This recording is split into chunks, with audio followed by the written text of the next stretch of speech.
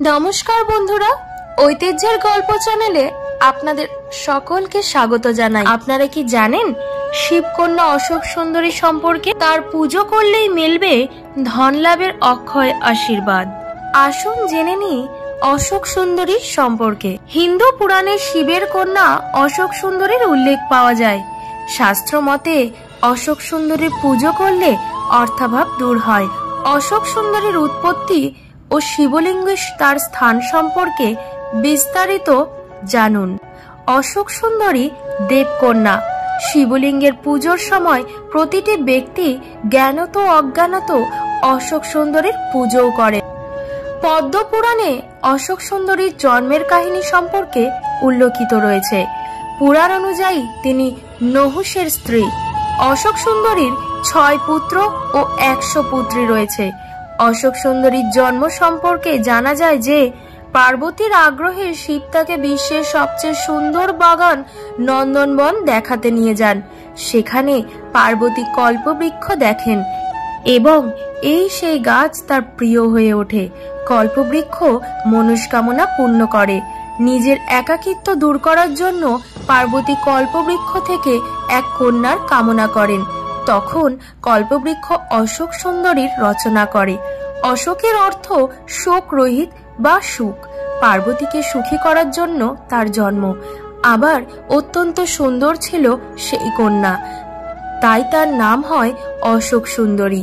পার্বতী তাকে আশীর্বাদ দেন যে দেবরাজ ইন্দ্রের মতো শক্তিশালী পুরুষের সঙ্গে তার বিবাহ হবে। পুরাণ অনুযায়ী একদা অশোক সুন্দরী নিজের দাসীর সঙ্গে নন্দনবনে ভ্রমণ করছিলেন।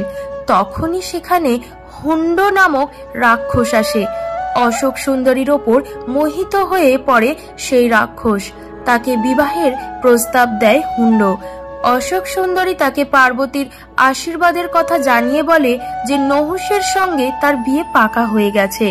এ কথা জানার পর হুণ্ড নহুষকে হত্যা করতে প্রস্তুত হয়। তখন অশোক সুন্দরী সেই রাক্ষসকে অভিশাপ দেন যে তার মৃত্যু নহুষের হাতেই লেখা।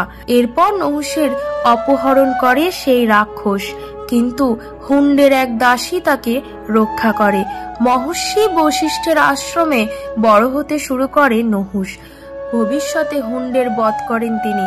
পরবর্তীকালে অশোক সুন্দরী ও নহুষের বিবাহ হয়। যযাতির মতো বীরপুত্র ও 100 রূপবতী কন্যা মা হন অশোক সুন্দরী। ইন্দ্রের অভাবে নহুষ অস্থায়ীভাবে স্বর্গলোকের কার্য পরিচালনা করেন। অহংকারের কারণে এক অভিশাপী তার পতনের কারণ হয়ে দাঁড়ায়। শিবলিঙ্গের পুজো করলে সমস্ত শিব পরিবারের পুজোর ফল পাওয়া যায়। শিবলিঙ্গের একটি স্থান অশোক সুন্দরীর। তার পুজো করলে ব্যক্তি আর্থিক সমস্যা ও ব্যবসায়িক সমস্যা থেকে মুক্তি পেতে পারে। শিবলিঙ্গের জলাধারী বা স্থান থেকে জল অথবা দুধ প্রবাহিত হয়ে নির্গত হয়, সেটি আসলে অশোক সুন্দরীর স্থান। তাই শিবলিঙ্গের পাশাপাশি অশোক সুন্দরীর পুজো করাও আবশ্যক। ধন্যবাদ বন্ধুরা পুরো ভিডিওটি দেখার জন্য। আশা করি আপনাদের ভালো লাগবে। যারা জানেন না তারা আজ থেকেই শুরু করে দিন অশোক সুন্দরীর পুজো। দেবাদিদেব মহাদেবের আশীর্বাদে আপনিও আপনার সমস্যা থেকে মুক্তি পাবেন। হর হর মহাদেব।